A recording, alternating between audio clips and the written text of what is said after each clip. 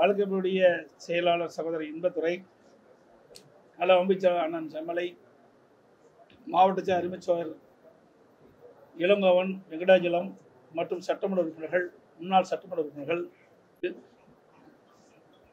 இன்னைக்கு விடியா திமுக அரசு பொறுப்பேற்றதிலிருந்து வேண்டுமென்றே திட்டமிட்டு அனைத்து இந்திய அண்ணா திராவிட முன்னேற்ற கழக நிர்வாகிகள் தொண்டர்கள் மீது பழி வாங்குகின்ற விதமாக பல்வேறு பொய் வழக்குகளை இன்றைக்கு காவல் நிலையத்திலே பதிவு செய்து கொண்டிருக்கின்றார்கள்.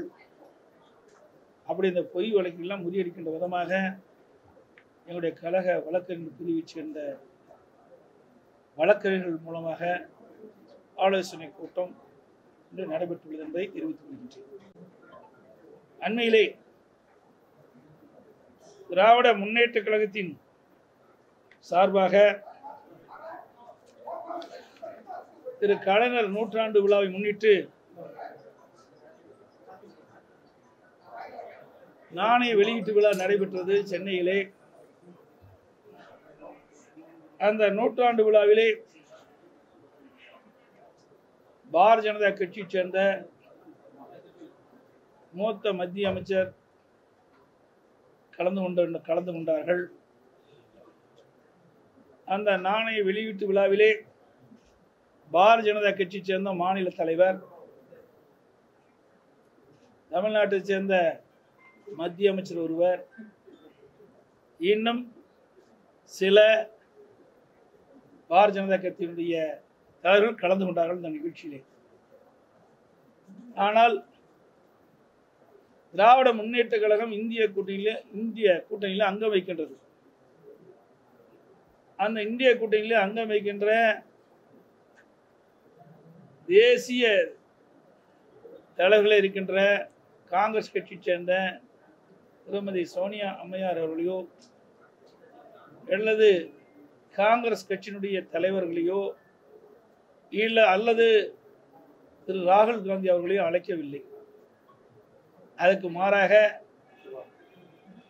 திராவிட முன்னேற்ற கழகம் ஆட்சி காப்பாற்றிக் கொள்ள வேண்டும் என்ற நிலையிலே இன்றைக்கு திராவிட முன்னேற்ற கழகம் அரசு இருந்து கொண்டிருக்கின்ற காரணத்தினாலே பல்வேறு ஊழல் வழக்குகள் நிறைந்த ஆட்சியாக இருக்கின்றது.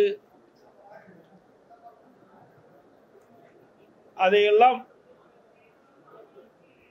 மறைப்பதற்காகவும் மத்தியிலே ஆளுகின்ற ஆட்சியினுடைய தயவு வேண்டும் என்ற காரணத்தினாலே மத்தியில் இருக்கின்ற ஆட்சியாளரை அழைத்து மறைந்த திரு கருணாநிதியினுடைய நூற்றாண்டு விழா நாணய வெளியீட்டு விழாவிலே அவள் மூலமாக வெளியிட செய்திருக்கின்றார்கள். இதை சொன்னால் திராவிட முன்னேற்ற கழகத்திற்கும் கோபம் வருகின்றது, பாரதிய ஜனதா கட்சியை சேர்ந்த தலைவர்களுக்கு கோபம் வருகின்றது. எனவே திராவிட முன்னேற்ற கழகம் இந்திய கூட்டணியில் அங்கம் வைக்கின்ற கட்சி. அப்படி அங்கம் வைக்கின்ற கட்சியை நிராகரித்து விட்டு புதிதாக என்டிஏ தேசிய ஜனநாயக முற்போக்கு கூட்டணி கட்சியை சேர்த்துக் கொள்ள வேண்டிய அவசியம் என்ன என்று கேள்வி மக்களிடத்தில் எழுந்திருக்கின்றது. மிகப்பெரிய சந்தேகம் எழுந்திருக்கின்றது. அதைத்தான் நான் சுட்டிக்காட்டினேன். அதோடு இந்த விழா முதலமைச்சர் பேசுகின்றார், இந்த விழா மாநில அரசாங்கத்தால் நடத்தப்படுகின்ற விழா அல்ல, மத்திய அரசாங்கத்தால் நடத்தப்படுகின்ற விழா என்று சொல்கிறார். எனக்கு வந்த அந்த அழைப்பதிலே மாநில அரசினுடைய எம்பளம் தான் பதிச்சிருக்குது. மாநிலத்தில் இருக்கின்ற தலைமை செயலாளர் அவர்கள் தான் எங்களுக்கு அந்த அழைப்பதிலை கொடுத்திருக்கின்றார். அவருடைய பெயர் தான் இடம்பெற்றிருக்கின்றது. ஆகவே இது மாநில அரசு நடத்துகின்ற விழா, மத்திய அரசு நடத்துகின்ற விழா இல்லை. இது கூட தெரியாம ஒரு விழா நடத்துகின்ற முதலமைச்சர் தமிழ்நாடு முதலமைச்சர் திரு ஸ்டாலின். அது மட்டும் இல்ல, உடனே பாரதிய ஜனதா கட்சியை சேர்ந்த தலைவர்கள் மாநில தலைவருக்கு கோபம் பொத்துக்கொண்டு வந்து என்னை பற்றி பல வசைபாடி இருக்கின்றார். ஏதோ மத்தியிலே இருந்து ஆட்சியாளர் வந்து இந்த நாணயத்தை வெளியிட்டால்தான் அதுக்கு அவர்களுக்கு புகழ் கிடைக்கும் என்ற ஒரு தோரையிலே பேசியிருக்கின்றார். நான் கருத்தை சொல்கின்ற பொழுது ஊடகத்தின் வாயிலாக பத்திரிகையின் வாயிலாக சொல்கின்ற பொழுது பொன்மனச்செம்மல் புரட்சித் தலைவர் எம்ஜிஆருடைய நூற்றாண்டு விழா வந்த பொழுது புரட்சித் தலைவருடைய பெயரிலே நூற்றாண்டு விழா வந்த பொழுது அவருக்கு சிறப்பு செய்கின்ற விதமாக, புகழ் சேர்க்கின்ற விதமாக நாங்களும் நாணயம் வெளியிட்டோம். அப்பொழுது நாங்களே அனைத்து இந்திய அண்ணா திராவிட முன்னேற்ற கழக தொண்டன் என்ற முறையிலும் முதலமைச்சர் என்ற முறையிலும் நான் வெளியிட்டேன். அதை பற்றி சிறுமைப்படுத்தி பேசியிருக்கின்றார் பாரதிய ஜனதா கட்சியுடைய தலைவர். ஏதோ மத்தியிலே இருக்கின்ற ஆட்சியாளர் வந்து வெளியிட்டால்தான் புரட்சித் தலைவர் எம்ஜிஆருக்கு புகழ் கிடைக்கும் என்ற தோரையிலே பேசியிருக்கின்றார். அது சிறுபிள்ளைத்தனமானது. பொன்மனச்செம்மல் புரட்சித் தலைவர் எம்ஜிஆர் 1977 முதலமைச்சராக இருந்து பணியாற்றினார். 1980 முதலமைச்சராக இருந்து பணியாற்றினார். 1984 முதலமைச்சராக இருந்து பணியாற்றினார். ஆக வரலாறு தெரியாமல் இன்றைய பாரதிய ஜனதா கட்சி தலைவர் பேசுவது நிந்தையாக இருக்கின்றது. 1984 தான் இப்பொழுது இருக்கின்ற பாரதிய ஜனதா கட்சியுடைய தலைவர் பிறந்திருக்கிறார் என்றுதான் எனக்கு கிடைத்த தகவல். இவர் பிறப்பதற்கு முன்பாகவே பொன்மனச்செம்மல் புரட்சித் தலைவர் எம்ஜிஆர் அவர்கள் தமிழகத்துடைய முதலமைச்சராக பொறுப்பேற்று திறம்பட பணியாற்றி நாட்டு மக்களிடத்திலே நன்மதிப்பை பெற்றவர். அவர் திரையுலகத்தில் இருக்கின்ற பொழுதே தனக்கென்று ஒரு முத்திரையை பதித்தவர். கொடுத்து கொடுத்து சிவந்த கரத்திற்கு சொந்தக்காரர் என்று சொன்னால் எம்ஜிஆர் என்றுதான் சொல்வார்கள். அந்த அளவுக்கு பெயர் பெற்றவர், புகழ் பெற்றவர், பாரத ரத்னா விருதை பெற்றவர். இப்படி மக்கள் இடத்திலே மிகுந்த செல்வாக்கு பெற்ற புகழ் பெற்ற தலைவர் தான் எங்களுடைய தலைவர் பொன்மனச்செம்மல் புரட்சித் தலைவர் எம்ஜிஆர். அந்த வரலாறு கூட தெரியாம இங்க இருக்கின்றார்களோ, யார் பாதகமாக நடந்தார்களோ அவளை எதிர்ப்போம். அதுதான் நான் இப்போ சுட்டி காட்டுறேன். தமிழக அமைச்சரவை மாற்றம் செந்தில் பாலாஜியோட ஜாமீனுக்காக காத்திருப்பதாக திமுக சீனியர்களே வருத்தப்படுறதா அதை நீங்க வீட்டு தான் கேட்டு தெரிஞ்சுக்கோங்க. ஏன்னா ஜெயிலுக்கு இருக்கிற மந்திரி, அது ஜெயிலுக்கு இருக்கிற மந்திரி எதுக்காக போனாரு என்ன ஏதுன்னு மக்களுக்கு தெரியும், ஊடக நண்பர்களுக்கும் தெரியும். அதை நீங்க போட மாட்டேங்கிறீங்க. தயவு செய்து ஊடக நண்பர்களை பணிவன்போடு கேட்டுக்கிறேன், நல்ல செய்தி போடுங்க. நாட்டில் எவ்வளவு பிரச்சனை நடக்குது அதையெல்லாம் எடுத்துட்டு போய் மக்களுக்கு சேர்த்துங்க. இன்னைக்கு தமிழ்நாடு எவ்வளவு மோசமா போயிட்டு இருக்குது, சட்ட ஒழுங்கு எந்த அளவுக்கு மோசம் இருக்கு நல்லா சொல்லுங்க பார்க்கலாம். எங்க பார்த்தாலும் போதைப் பொருள் விற்பனை. இன்றைக்கு போதைப் பொருள் விற்பனை நடக்காத இடமே இல்லை. எல்லாம் போதைக்கு அடிமையாகி ஆங்காங்கே கொலை கொள்ளை திருட்டு பாலியல் இப்படி தொடர்ந்து நடக்குது. கிருஷ்ணகிரியில் நடக்குது, அண்மையில் நடக்குது, நாமக்கல்லையா, திருச்சி இல்ல, தஞ்சாவூர் நடக்குது, தஞ்சாவூர், திருச்செங்கோடு, இப்படி ஒசூர் நினைக்கிறேன் கிருஷ்ணகிரி மாவட்டத்தில் இப்படி மோசமான கிருஷ்ணகிரியில் நடக்குது. இதையெல்லாம் எதனால் நடக்குது? எல்லாமே போதைப் பொருளால நடக்குது. இன்னைக்கு எங்க பார்த்தாலும் கொலை நடக்காத நாளே இல்லை. தினம் பத்திரிகை ஊடகத்தில் பார்த்து செய்தி தான் சொல்றேன். இந்த கொலை நடப்பதற்கு மூல காரணமே இந்த போதைக்கு அடிமையாகி அதன் மூலமா தான் அந்த கொலை நடக்குது. நான் பல முறை சட்டமன்றத்திலையும் பேசிட்டேன், ஊடகத்திலையும் பேசிட்டேன், அறிக்கை வெளியிட்டேன். இந்த அரசாங்கம் இதை கட்டுப்படுத்துறதுக்கு எந்த நடவடிக்கை எடுக்கல. மிக மோசமான சூழ்நிலைக்கு தமிழ்நாடு போயிட்டு இருக்குது. போதைப் பொருள் நிறைந்த மாநிலமா தமிழ்நாடு காட்சியளிச்சிட்டு இருக்குது. அனைத்து ஊடகங்களுக்கும் பத்திரிகைகளுக்கும் நன்றி. அது ஏற்கனவே இருந்திருக்குது, பொருள் இல்ல, ஆரம்பத்திலிருந்து இப்படித்தாங்க இருக்குது. இனிமே திமுக ஆட்சி வந்த பிறகு மட்டும் இப்படி கொடுக்கல, புரியுதா? இவர்கள் மத்தியில ஆட்சி இருக்கும்போது அப்படித்தான் இருந்தது. திராவிட முன்னேற்ற கழகம் மத்தியிலே ஆட்சி அதிகாரம் இருந்த பொழுது இப்படித்தான் அந்த வரி பகிர்வுல நமக்கு கிடைக்க வேண்டிய வரியெல்லாம் குறைச்சுதான் கொடுத்தாங்க. திராவிட முன்னேற்ற கழகம் 13 ஆண்டு காலம் மத்தியில் ஆட்சி அதிகாரம் இருந்தது. அப்ப என்ன நிதி அதிகமாக வாங்கிட்டாங்களா? ஒன்றும் கிடையாது. ஆகவேதான் அனைத்து இந்திய அண்ணா திராவிட முன்னேற்ற கழகம் இந்த தேர்தலில் தேசிய கட்சியோட கூட்டணி வைக்காம நாங்கள் தனிச்சு போட்டிட்டு நம்முடைய மாநில உரிமைகளை பாதுகாக்க, நமக்கு கிடைக்க வேண்டிய நீதி கிடைக்க வேண்டும், நம்முடைய மக்களுக்கு தேவையான அடிப்படை வசதிகளை பெற வேண்டும், சுயமாக பெற வேண்டும் என்பதற்காகத்தான் நாங்கள் தனிச்சே நின்றோம். ஏன்னா தேசிய கட்சியோட கூட்டணி அமைச்சுட்டா கூட்டணி தர்மம் என்ற ஒரு பேர் வந்துருது. தமிழ்நாடு மக்கள் பாதிக்கப்படுகின்ற கூட அந்த கூட்டணி தர்மத்தின் அடிப்படையில் அவர்கள் ஆதரிக்க வேண்டிய சூழ்நிலைக்கு தள்ளப்பட்டுரும். அந்த நிலை இருக்கக்கூடாது என்பதற்காக தான் நாங்கள் இந்த தடவை தனிச்சு போட்டிட்டோம். யார் ஆட்சிக்கு மத்தியிலே வர என்பது கிடையாது, யார் தமிழ்நாட்டுக்கு நன்மை செய்வார் என்பதுதான் எங்களுக்கு முக்கியம். ஏன்னா வாக்களிக்கக்கூடிய மக்கள் தமிழ்நாட்டு மக்கள். அப்படி வாக்களிக்கின்ற மக்களுக்கு நன்மை செய்ய வேண்டும் என்று சொன்னால் நம்மும் சுயமாக சுதந்திரமாக செயல்பட வேண்டும். அப்படி செயல்பட்டால் தான் நம்முடைய உரிமைகளை பெற முடியும். இல்லைன்னா நிச்சயமா தமிழ்நாட்டு மக்களுக்கு தேவையான நன்மைகள் பெறவே முடியாது. அதை பல காலகட்டத்தில் நம்ம பார்த்துட்டோம். இல்லை நீங்களே கொடுக்க மக்களுடைய பார்வைக்கு இது தென்படுது. இந்த அரசாங்கம் நாட்டுக்கு மிக மிக அவசியம். கார் பந்தயம் நடத்தலைன்னா நாடு அழிஞ்சு போயிடும். மக்களுக்கு எவ்வளவு பிரச்சனை இருக்குது எண்ணி பாருங்க. எவ்வளவு பிரச்சனை நாட்டை நிலவி கொண்டிருக்கிறது. அதற்கெல்லாம் முன்னுரிமை கொடுக்காத இவருடைய சுய விளம்பரத்திற்காக ஃபார்முலா 4 கார் பந்தயத்தை நடத்துவேன்னு சொல்லி நீதிமன்றம் வரைக்கும் நாங்களும் போயிருக்கிறோம். அது நீதிமன்றத்தில் வழக்கு நிலுவையில் இருக்குது, உச்ச நீதிமன்றத்தில். அப்படி இருக்கின்ற பொழுது கூட விடாப்பிடியாக, அதுவும் மக்கள் அதிகமாக நடமாடக்கூடிய பகுதியில் இந்த கார் பந்தயம் நடத்த வேண்டுமா? ஏற்கனவே கார் பந்தயம் நடத்துவதற்கு ஒரு இடத்தை நாங்கள் தேர்ந்தோம். இருங்காட்கோட்டையில் இதுக்கு ஒரு மைதானம் இருக்குது. அங்கே போய் கார் பந்தயம் நடத்தக்கூடாதா? சிந்திச்சு பாருங்க. இன்னைக்கு தமிழ்நாட்டில் இருக்கிற பல மக்கள் சைக்கிள் கூட இல்லாமல் இருக்கிறாங்க. நீங்க செல்வ செழிப்பில் வளர்ந்தீங்க, அதை நாங்கள் வேணான்னு சொல்லல. ஆனா இப்படி கார் பந்தயம் நடத்த வேண்டிய அவசியம் தேவைதானா தமிழ்நாட்டுக்கு? அதுவும் அந்த பகுதியில் மருத்துவமனை இருக்குது, இன்னைக்கு சென்ட்ரல் ரயில் இருக்குது, தலைமைச் செயலகம் இருக்குது, அங்க இருக்கிற போர்ட் இருக்குது, துறைமுகம் இருக்கிறது, டிஃபென்ஸ் இருக்குது. இப்படி ஒரு முக்கியமான பகுதியில் வந்து இப்படிப்பட்ட கார் பந்தயம் நடத்துவது அவசியமா? சிந்திச்சு பாருங்க. இதையெல்லாம் அவருடைய விளம்பரத்திற்காக செய்யப்பட வேண்டிய ஒரு செயல்பாடாக நான் பார்க்கிறேன். மக்களை, தமிழ்நாட்டுடைய வாக்கு தேவை, ஆனால் தமிழ்நாட்டு மக்களுடைய நலன் புறக்கணிக்கப்படுறாங்க. தமிழ்நாட்டுக்கு தேவையான நிதியை பெற்றுத்தர முடியல. நீங்கள் மெட்ரோ ரயில் திட்டம் அதிமுக ஆட்சியில் 2ஆம் கட்டம் கொண்டு வரப்பட்டு மிகச்சிறப்பாக செயல்பட்டது. அப்பொழுது மத்திய அமைச்சராக இருந்தவர் அழைத்து வந்து அடிக்கல் நாட்டினோம். அந்த பணி வேகமாக நடந்துட்டு இருந்தது. அதுக்கு தேவை நிதி கூட ஒதுக்கலையே. இன்றைக்கு வட மாநிலத்தில் அதிகமான நிதி தாராளமாக வழங்குறாங்க. ஆனால் தமிழ்நாட்டுக்கு தேவை நிதி வழங்க மறுப்பது ஒரு ஓர வஞ்சனையாக தான் பார்க்கப்படுது. சொல்லு பார்க்கலாம்.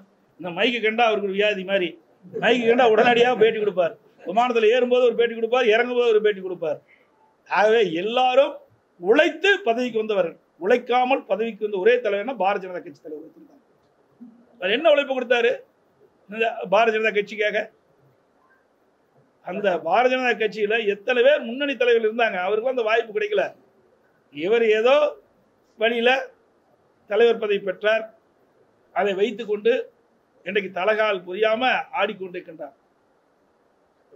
நாங்கெல்லாம் இந்த கட்சிக்கு சொன்னா எங்களுக்கெல்லாம் எந்த பின்புலமும் இல்லை. ஒரு கிளைச்சலாளர் இருந்து, ஒன்றிய பொறுப்பிலிருந்து, மாவட்ட பொறுப்பிலிருந்து, மாநில பொறுப்பிலிருந்து வந்தோம். எம்எல்ஏ, எம்பி, அப்புறம் அமைச்சர், அப்புறம் தான் முதலமைச்சராக வந்தோம். கட்சிக்கு பொதுச்செயலாளர் வந்து எடுத்த உடனே வந்துடல. 52 ஆண்டு காலம் உழைத்த பிறகுதான் இந்த நிலைக்கு வந்திருக்கிறோம். அதனால ஒவ்வொரு பதிலும் என்னென்ன பிரச்சனைகள் நன்றாக தெரியும், கட்சியிலும் சரி மக்களிடத்திலும் சரி. ஆனால் அவள் இதுவரைக்கும் எந்த அரசு பதவியும் வரல. எங்க வந்திருக்காரு? மக்களை பற்றியே தெரியாத ஒரு தலைவர். அவருக்கு ஒரே முதலீடு வாய் நாக்கு தான், வேற ஒண்ணுமே கிடையாது. சொல்லுங்க, நான் விளையாட்டா சொல்லல. என்ன செஞ்சிருக்காரு அவர்? இந்த பாரதிய ஜனதா மாநில தலைவராக பொறுப்பேற்ற பிறகு தமிழ்நாட்டுக்கு என்ன கொண்டு வந்திருக்காரு, என்ன நிதி கொண்டு வந்திருக்காரு? இன்னைக்கு புயல் அடிச்சது, வெள்ளம் வந்தது, நிவாரணம் வாங்கி தர முடியல. என்ன செஞ்சார் இந்த தமிழகத்திற்காக? இன்றைக்கு கூட இன்னைக்கு இந்த மாநில அரசாங்கம் சரி, இன்றைக்கு நாங்கள் எதிர்கட்சி இருந்தாலும் மாநில உரிமைக்கு பாதிக்கப்படுகின்ற பொழுது குரல் கொடுக்கிறோம். எதுவுமே இல்லையே. அது மட்டும் இல்ல, உடனே பாரதிய ஜனதா கட்சி சேர்ந்த தலைவர்கள் மாநில தலைவருக்கு கோபம் பொத்து கொண்டு வந்து என்னை பற்றி பல வசைபாடி இருக்கின்றார். ஏதோ மத்தியில இருந்து ஆட்சியாளர் வந்து இந்த நாணயத்தை வெளியிட்டால்தான் அதுக்கு அவர்களுக்கு புகழ் கிடைக்கும் என்ற ஒரு தோரணையிலே பேசியிருக்கின்றார். நான் கருத்தை சொல்கின்ற பொழுது ஊடகத்தின் வாயிலாக, பத்திரிகை வாயிலாக சொல்கின்ற பொழுது, பொன்மனச்செம்மல் புரட்சி தலைவர் எம்ஜிஆருடைய 100ஆண்டு விழா வந்த பொழுது, புரட்சி தலைவருடைய பெயரிலே 100ஆண்டு விழா வந்த பொழுது அவருக்கு சிறப்பு செய்கின்ற விதமாக, புகழ் சேர்க்கின்ற விதமாக நாங்களும் நாணயம் வெளியிட்டோம். அப்பொழுது நாங்களே அனைத்து இந்திய அண்ணா திராவிட முன்னேற்ற கழக தொண்டன் என்ற முறையிலும் முதலமைச்சர் என்ற முறையிலும் நான் வெளியிட்டேன்.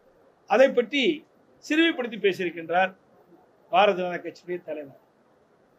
ஏதோ மத்தியிலே இருக்கின்ற ஆட்சியாளர் வந்து வெளியிட்டால்தான் புரட்சித் தலைவர் எம்ஜிஆருக்கு புகழ் கிடைக்கும் என்ற தோரையிலே பேசியிருக்கின்றார்.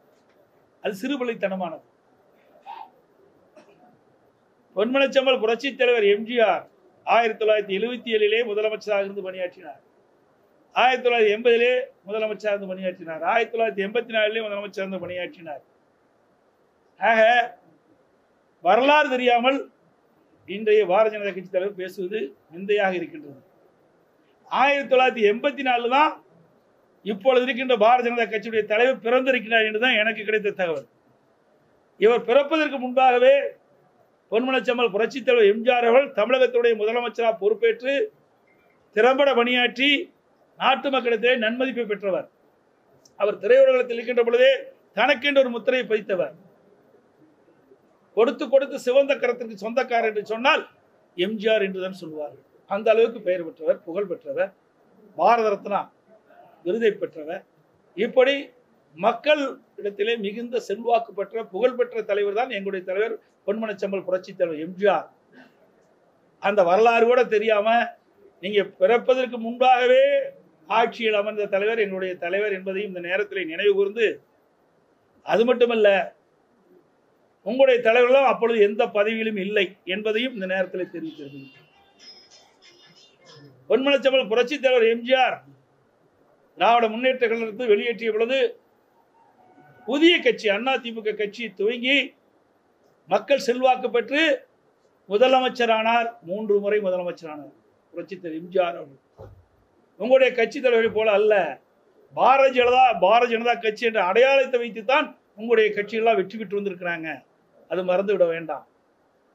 ஆகவே மற்ற கட்சியுடைய அடையாளத்தை வைத்து வெற்றி பெற்று மத்தியிலே ஆளுகின்றவர்கள் எங்களுடைய தலைவருக்கு புகழ் சேர்க்கின்ற அவசியம் இல்லை.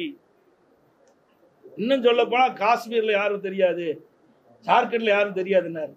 இவருக்கு வரலாறு தெரியல. புரட்சித் தலைவர் எம்ஜிஆர் கொண்டு வந்த திட்டத்தை இந்தியாவில் இருக்கின்ற பல்வேறு மாநிலத்தில் கடைபிடிச்சிருக்கிறாங்க. அந்த அளவுக்கு சிறப்பான ஆட்சி செய்து மக்கள் செல்வாக்கு பெற்ற புகழ் வாய்ந்த தலைவர் பொன்மனச்செம்மல் புரட்சித் தலைவர் என்பதை நேரத்தில் நினைவுவிட கடைபிடிக்கின்றேன். ஆட்சி ஊழல் ஆட்சி, மோசமான ஆட்சியெல்லாம் சொல்லியிருக்காரு. ஏன் அதிமுக ஆட்சி கூட்டணியில் சேர்ந்து போட்டிட்டீங்க அப்பெல்லாம் தெரியலையா? 2021 எங்களோட கூட்டணி அமைச்சு தானே போட்டிட்டீங்க, சொந்த தொழிலை தோத்து போயிட்டீங்களா? அதோடு அதிமுக கூட்டணி இருக்கிற போதுதான் மேலவையில் பல்வேறு மசோதாக்கள் கொண்டு வந்த பொழுது அதை நிறைவேற்றுவதற்கு அதிமுக தேவை. அப்பொழுது அதிமுக நல்லா இருந்தது. இப்பொழுது இவருடைய உறவை முறிக்கின்ற பொழுது அதிமுக கெட்டதா தெரியுது. இதுதான் பாரதிய ஜனதா கட்சியினுடைய இரட்டை வேடம் என்பதை இந்த நேரத்தில் நினைவு கூற கடைபிடிக்கின்றேன். அது மட்டும் இல்ல, அனைத்து இந்திய அண்ணா திராவிட முன்னேற்ற கழகம் ஆட்சி வருவதற்கு முன்பாகவே தமிழகத்தில் கடன் இருந்தது. அதோட நான் முதலமைச்சர் 5,18,000 கோடி தான் கடந்தது. கொரோனா காலம், ஒரு வருஷம் வருமானமே இல்லை. அப்பொழுது கூட நிறைய திட்டங்களை நிறைவேற்றினோம். விலைவாசி உயர்ல, வரிகள் போடல. கொரோனா காலத்துக்கு 40,000 கோடி செலவு பண்ணோம். அவை இப்படிப்பட்ட ஒரு திறமையான ஆட்சி கொடுத்தோம். ஆனால் பாரதிய ஜனதா ஆட்சி 2014 வருகின்ற பொழுது 57 லட்சம் கோடி தான் கடன் இருந்தது. இன்றைக்கு 168 லட்சம் கோடி கடல் இருக்குது இந்திய நாடு. அப்படி என்றால் கிட்டத்தட்ட 113 கோடி கடன் வாங்கியிருக்கிறாங்க. 55 லட்சம் கோடி தான் நினைக்கிறேன். 2014 55 லட்சம் கோடி கடன் இருந்தது. 2014 மத்தியிலே பாரதிய ஜனதா ஆட்சி ஏற்படுகின்ற பொழுது 55 லட்சம் கோடி கடன். இந்த 10 ஆண்டு 2021 பார்க்கின்ற பொழுது, சரி 2024 பார்க்கின்ற பொழுது அந்த 10 ஆண்டுல கிட்டத்தட்ட 113 கோடி அதிகமாக கடன் வாங்கியிருக்காங்க. 168 கோடி இப்ப கடன் இருக்கு. என்ன திட்டத்தை கொண்டு வந்து இவ்வளவு கடன் வந்தது? ஏதோ இவர்கள் ஆட்சிக்கு வந்த பிறகுதான் நிறைய திட்டத்தை கொண்டு வந்து, எந்த திட்டத்தையும் கொண்டு வரல.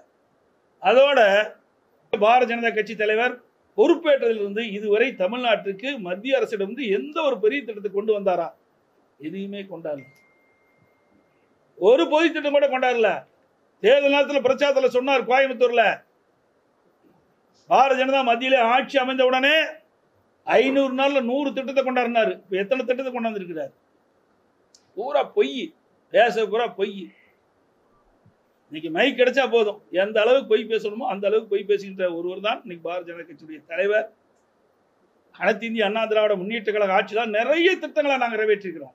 10 ஆண்டு காலத்துல தமிழகம் வளர்ச்சி பெற்றிருக்குது. கல்வியிலே மிகப்பெரிய புரட்சி ஏற்படுத்திருக்கிறது. இந்தியாவிலேயே 2030 உயர்கல்வி அடைய வேண்டிய இலக்கை 2019 நாங்கள் அடைஞ்சிருக்கிறோம். இது சாதனை இல்லைவா? மருத்துவத்துறையிலே சாதனை, கல்வியிலே சாதனை. இன்றைக்கு அவருடைய மத்திய அமைச்சரே நாடாளுமன்றத்தில் சொல்லியிருக்காரு, இந்தியாவிலேயே தார் சாலை அதிக நீளம் உள்ள மாநிலம் தமிழ்நாடு என்று அதிமுக ஆட்சி இருக்கும்போது சொல்லியிருக்காரு. இப்படி துறை வாரியாக சாதனை படைத்த அரசாங்கம் அதிமுக அரசாங்கம். அதோட பல்வேறு துறைகளில் அதிமுக ஆட்சி இருக்கும்போது தேசிய விருதுகளை பெற்றுக்கிறோம். இன்னைக்கு உள்ளாட்சியில் மட்டும் 140 விருதுகளை பெற்றுக்கிறோம். சமூகத்துறையில் விருது, போக்குவரத்து துறையில் விருது, மின்சாரத்துறையில விருது, சமூக துறையில விருது, இப்படி பல துறையில தேசிய விருதுகளை பெற்று திறம்பட ஆட்சி செய்த அரசாங்கம் என்ற நற்பெயரை பெற்ற அரசாங்கம் அதிமுக அரசாங்கம். நம்முடைய சேலம் மாவட்டத்தில் எவ்வளவு திட்டங்களை கொண்டு வந்திருக்கிறோம்.